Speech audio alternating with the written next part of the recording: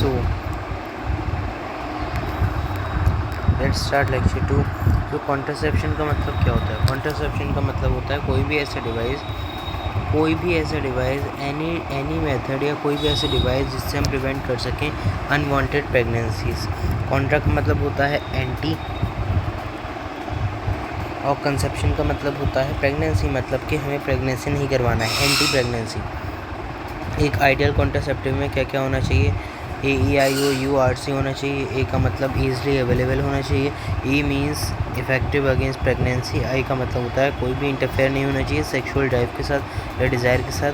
Zero मतलब कि बहुत ज़्यादा कम साइड इफ़ेक्ट होने चाहिए या फिर ज़ीरो साइड इफ़ेक्ट्स होने चाहिए। यू का मतलब है यूज़र फ्रेंडली होना चाहिए, इजी टू यूज़ होना चाहिए। आर का मतलब है रिवर्सिबल होना चाहिए, जब कपल चाहते हैं तब वो कंसीव कर पाएँ। सी का मतलब है चीप होना चाहिए, सस्ता होना चाहिए। AEIOU-RC।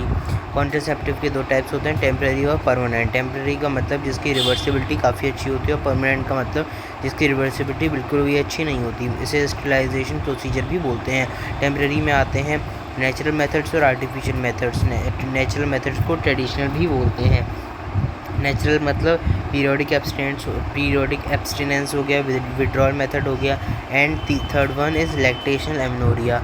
एंड आर्टिफिशियल मेथड की बात करूँ तो barrier method, intrauterine contraceptive device, oral contraceptive, injectables and implants. Permanent sterilisation में दो आते हैं, एक है वेसेक्टोमी मेल्स के लिए और ट्यूबेक्टोमी फीमेल्स के लिए। अब मैं नेचुरल मेथड्स में बात करता हूँ। इनके लिए कोई भी मेडिसिन, कोई भी डिवाइस यूज़ करने की ज़रूरत नहीं पड़ती, तो इसमें कोई साइड इफ़ेक्ट भी नहीं होता है। नेचुरली अवॉइड करना पड़ता है meeting of sperm and ovum, high failure rate होता है। अब हम स्टार्ट करते हैं पहले मेथड से, पीरियोडिक एब्सटेंस, जिसे हम कैलेंडर मेथड भी बोलते हैं, रिदम मेथड भी बोलते हैं, फिर सेफ पीरियड मेथड भी बोलते हैं। इसमें हमें अवॉइड करना पड़ता है, एब्सटेन करना पड़ता है कॉइटस से डे 10 से लेकर day 17 of menstrual cycle. When ovulation is expected, ovulation इस टाइम में सबसे ज़्यादा चांस होते हैं ओवुलेशन होने के, तो चांस ऑफ फर्टिलाइजेशन भी हाई होते हैं, इसलिए हम इसे फर्टाइल पीरियड या अनसेफ पीरियड बोलते हैं कॉइटस के लिए। नाउ सेकेंड है हमारा विड्रॉल मेथड या कॉइटस इंटरप्टस। तो इसमें मेल पार्टनर अपने पेनिस को विड्रॉ कर लेगा वेजाइना से just before ejaculation, release of semen from penis to avoid insemination ना हो पाए। थर्ड मेथड की बात करते हैं, लैक्टेशनल एमेनोरिया। तो इसमें चांसेस होते हैं कॉन्सेप्शन के, वो ऑलमोस्ट नील होते हैं, मतलब ऑलमोस्ट ज़ीरो होते हैं। लैक्टेशन मतलब ब्रेस्ट फीडिंग, और एमेनोरिया ए का मतलब एब्सेंट और मेनोरिया का मतलब है मेंस्ट्रुएशन। तो एब्सेंस ऑफ मेंस्ट्रुएशन। तो जैसे कि कंसेप्ट ये है कि एक लैक्टेटिंग मदर अगर है तो उसका जो प्रोलैक्टिन रिलीजिंग हार्मोन है वो हाइपोथैलेमस से सेक्रेट हो रहा है, और वो प्रोलैक्टिन रिलीजिंग हार्मोन रिलीज़ करवाएगा प्रोलैक्टिन हार्मोन एंटीरियर पिट्यूटरी से। एंटीरियर पिट्यूटरी से प्रोलैक्टिन रिलीज़ होने के बाद प्रोलैक्टिन लैक्टोजेनिक वाला काम भी करेगा मिल्क सेक्रीशन का, और सप्रेस भी करेगा FSH और LH को। FSH और LH जब सेक्रेट होंगे तो उन्हें सप्रेस कर देगा। जब FSH LH सप्रेस हो जाएंगे तो कोई भी फॉलिकल का डेवलपमेंट नहीं हो पाएगा और कोई ओवुलेशन नहीं हो पाएगी, जाहिर सी बात है, बड़ी एन ओवुलेशन बोलते हैं हम इसे। और अगर ओवुलेशन नहीं हो पाएगी तो मेंस्ट्रुअल साइकिल नहीं हो पाएगी। डन। तो और एक और चीज़, इंटेंस लैक्टेशन फेज़ होता है ये, और फॉलोइंग पार्चुरेशन के बाद मदर ब्रेस्ट फीड करती है अपने चाइल्ड को फुल्ली, कोई भी ओवुलेशन यहाँ पे नहीं होगा, कोई भी मेंस्ट्रुएशन नहीं होगी, मेंस्ट्रुअल साइकिल नहीं होगी, तो फर्टिलाइजेशन भी यहाँ पे नहीं होती है। इफेक्टिव होता है मैक्सिमम अप टू 6 मंथ तक आफ्टर डिलीवरी। डन।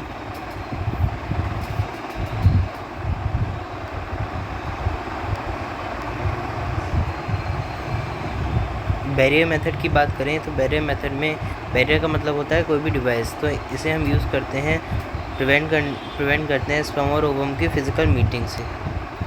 अब देखो, इजैकुलेटेड सीमन बस एंटर ना कर पाए फीमेल रिप्रोडक्टिव ट्रैक्ट में बैरियर मेथड से, तो ताकि कंसेप्शन नहीं हो पाएगा। और ये सेल्फ इंसर्टेड होता है, खुद लगा सकते हैं आप, तो ये प्राइवेसी भी देता है यूज़र को।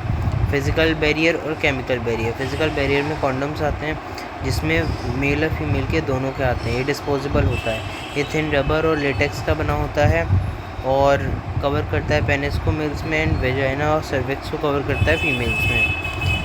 और जस्ट बिफोर कॉइटस लगाना पड़ता है। निरोध एक मेल कॉन्डम है जो कि फ्री है गवर्नमेंट के थ्रू, एंड प्रोटेक्ट करता है एसटीडीज़ के अगेंस्ट, जैसे कि एड्स हो गया हमारा। डन। केमिकल बैरियर की बात करें तो केमिकल बैरियर में स्पर्मिसाइडल आएगा, मतलब कि जो स्पर्म्स को किल कर पाएगा। तो इसमें आते हैं क्रीम्स, जेलीज, फोम्स, इन्हें आप यूज़ कर सकते हैं अपने फिजिकल बैरियर के अलोंग, ताकि आप इंक्रीज़ कर पाएँ contraceptive efficiency. Done. Cervical caps या वॉल से डायफ्राम की बात करें तो इसमें इंसर्ट करते हैं फीमेल के रिप्रोडक्टिव ट्रैक्ट में, ताकि कवर करवाएं सर्विक्स को during coitus to block entry of sperms. Reusable होता है, made of rubber, no protection, लेकिन इसकी कोई प्रोटेक्शन नहीं देता एसटीडीज़ के अगेंस्ट, लेकिन ये रीयूजेबल है। और कॉन्डम्स यूजेबल नहीं होते हैं, वो डिस्पोजेबल हैं, one time use. Intra uterine devices की बात करें या इंट्रा यूट्राइन कॉन्ट्रासेप्टिव डिवाइस की बात करें, आईयूडी या आईयूसीडी, तो इसमें क्या होता है, इसे हम यूट्रस में इंसर्ट करते हैं वजाइना के थ्रू, और ये डॉक्टर करते हैं। इसके लिए आपको एक्सपर्ट डॉक्टर और एक्सपर्ट नर्सेस की रिक्वायरमेंट होगी। और one of the most widely accepted contraceptive method है इंडिया का। आइडियल कॉन्ट्रासेप्टिव यूज़ करते हैं ताकि हम डिले कर सकें प्रेगनेंसी को या फिर स्पेस कर सकें अपने चिल्ड्रन में। आईयूडी, आईयूसीडी, अब 3 जनरेशन्स होती हैं। फर्स्ट जनरेशन है नॉन मेडिकेटेड आईयूडी, जिसका एग्जांपल है लिपेस लूबी, फेगोसाइटोसिस को इंक्रीज़ कर देगा स्पर्म्स की यूट्रस के अंदर। सेकेंड जनरेशन में आता है कॉपर रिलीजिंग आईयूडी, इसके एग्जांपल है कॉपर टी, कॉपर 7, मल्टीलोड 375।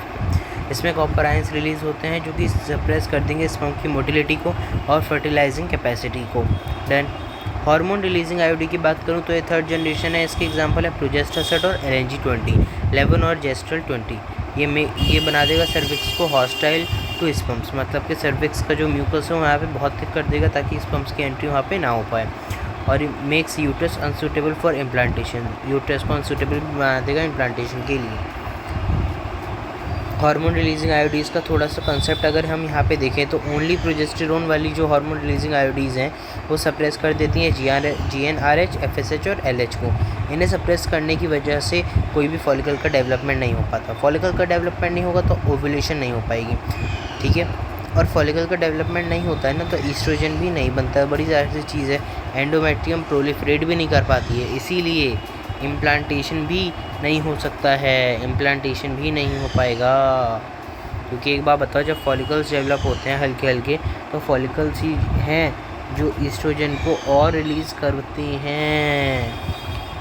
हमने ह्यूमन रिप्रोडक्शन चैप्टर में पढ़ा था कि हमने लास्ट चैप्टर में पढ़ा था कि जो फॉलिकल्स होते हैं वो जो उसमें ग्रैनुलोसा सेल्स होती हैं, प्राइमरी फॉलिकल, सेकेंडरी फॉलिकल, वो रिलीज़ करती हैं ईस्ट्रोजन को। यस। और दूसरा काम एक तो हो गया तुम्हारा ओवुलेशन नहीं होता है, इम्प्लांटेशन अनसूटेबल बना देंगे हार्मोन रिलीजिंग आईयूडी, और यहाँ पे ये सर्वाइकल म्यूकस को भी थिक कर देंगे, मतलब कि स्पर्म की एंट्री को रिटार्ड कर देंगे, स्टॉप कर देंगे।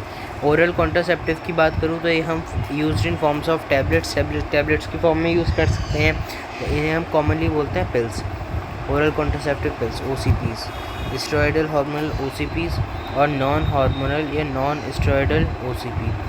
स्टेरॉयडल या हार्मोनल ओरल कॉन्ट्रासेप्टिव पिल्स में आएगा तुम्हारा ओनली प्रोजेस्टेरोन वाले मिनी पिल्स और कंबाइंड वाले, मतलब ईस्ट्रोजन प्लस प्रोजेस्टेरोन। केवल प्रोजेस्टेरोन वाले तुम्हारा तो उसे प्रोजेस्ट्रोजन भी बोल सकते हो मिनी पिल्स, और कंबाइंड ओरल कॉन्ट्रासेप्टिव पिल्स हैं ईस्ट्रोजन प्लस प्रोजेस्टेरोन। इसके एग्जांपल है माला डी और माला एन। नॉन हार्मोनल या non steroidal oral contraceptive pills में एग्जांपल है सहेली, ठीक है। ईस्ट्रोजन प्लस प्रोजेस्टेरोन की बात करें तो ये सप्रेस कर देते हैं GnRH, FSH और LH को, जिससे फॉलिकल का डेवलपमेंट नहीं होता, तो ईस्ट्रोजन का सेक्रेशन नहीं होगा और ओव्यूलेशन नहीं हो पाएगी। अगर मैं तुम्हारे केवल प्रोजेस्टेरोन वाले OCP की बात करूं, केवल प्रोजेस्टेरोन वाली पिल्स की, तो ये ऑल्टर कर देंगी सर्वाइकल म्यूकस की क्वालिटी, जो कि उसे थिक बना देगा और रिटार्ड कर देगा स्पर्म की एंट्री। देखो ये तो सेम ही है हार्मोनल रिलीजिंग आईयूडी जैसा, और यूट्रस को अनसूटेबल बना देगा इम्प्लांटेशन के लिए। और जो ईस्ट्रोजन प्रोजेस्टेरोन वाली हैं, अगर तुम उसे 21 दिन के लिए लोगे तो वो एंडोमेट्रियम को थिक कर देंगे। एंडोमेट्रियम को थिक करने के बाद अगर तुम सडनली बिल्कुल लेना स्टॉप कर दोगे 21 दिन के बाद, तो एंडोमेट्रियम का ब्रेक डाउन हो जाएगा, जिसकी वजह से मेंस्ट्रुएशन होगी। तो मेंस्ट्रुएशन जब होगी तो वो भी तो कहीं ना कहीं अनसूटेबल बन जाएगा इम्प्लांटेशन के लिए। डन। तो आज का हमारा लेक्चर यहाँ पे डन होता है।